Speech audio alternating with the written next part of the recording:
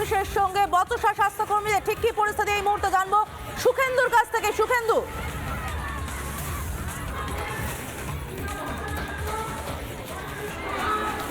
দেখো সমাধিতা, যে ছবিটা এই মুহূর্তে স্বাস্থ্য ভবনের সামনে উঠে আসছে, যে বাংলার বিভিন্ন প্রান্ত থেকে যে সমস্ত আশাকর্মীরা তাদের বকেয়া সহ সরকারি স্বীকৃতির দাবি, একই সঙ্গে বেতন বৃদ্ধির দাবি, ভাতা নয় ভাতা যে সমস্ত আছে সেই সমস্ত না বা সমস্ত কিছু দাবি নিয়ে তারা এই মুহূর্তে স্বাস্থ্য ভবনের সামনে তারা বিক্ষোভ করছেন। বেশ কয়েকজন আশাকর্মী তারা বসে পড়েছেন এবং বাকি গোটা স্বাস্থ্য ভবন চত্বর জুড়ে যদি দেখতে পাও তাহলে আমার ভিডিও জার্নালিস্ট ওয়াসিমকে দেখাচ্ছে সব দিকেই কিন্তু আশাকর্মীরা তারা কিন্তু একেবারে দাঁড়িয়ে রয়েছেন স্বাস্থ্য ভবনের সামনে। যদিও 5 জনের প্রতিনিধি দল যাওয়ার কথা হয়েছে, বারবার আপনারা সরকারের কাছে দাবি করেছেন, স্বাস্থ্য ভবনে দরবার করেছেন, তবু আপনাদের একটা দাবিও পূরণ হয়নি। না, একটা দাবিও আমাদের পূরণ হয়নি।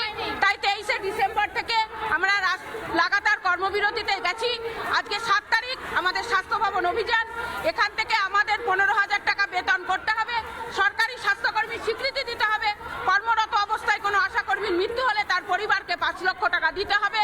এই দাবিতে আমাদের যে আন্দোলন চলবে যতক্ষণ না পর্যন্ত আমাদের এই আন্দোলন যতক্ষণ না পর্যন্ত এই দাবি মানা হবে চলবে। আমাদের 5 জনের প্রতিনিধি দল যেতে বলেছেন, কিন্তু আমাদের নেতৃত্ব বলেছে 15 জন যাবে।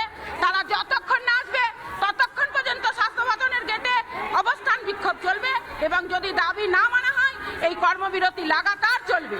আপনারা এর আগেও কর্মবিরতি করেছেন, এর আগেও বারবার স্বাস্থ্য ভবনের কাছে দরবার করেছেন, সরকারের কাছে করেছেন, মেলা খেলায় এত টাকা দেওয়া হয় অথচ আপনাদের কোনো দাবি পূরণ করা হয় না। না, এতদিন পর্যন্ত যা করেছি কাজ আমাদের তার জন্য একটা টাকাও এখনো পর্যন্ত দেওয়া হয়নি। এবং আমরা বিডিও অফিসে ডেপুটেশন দিয়েছিলাম, সেখানে বিডিও সাহেব বলেছেন আপনাদের কি কাজ।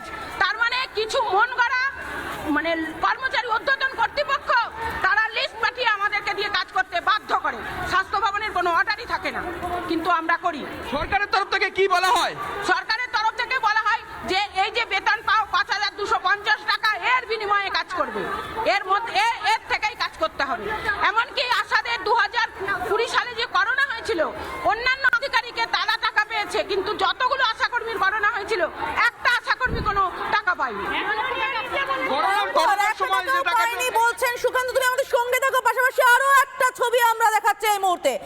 নানা ধরনের কন্টেন্ট দেখার জন্য লাইক করুন, শেয়ার করুন আমাদের ফেসবুক পেজ, সাবস্ক্রাইব করুন আমাদের ইউটিউব চ্যানেল, পাশাপাশি অন্যান্য ব্রেকিং নিউজের জন্য অবশ্যই চোখ রাখুন রিপাবলিক বাংলায়।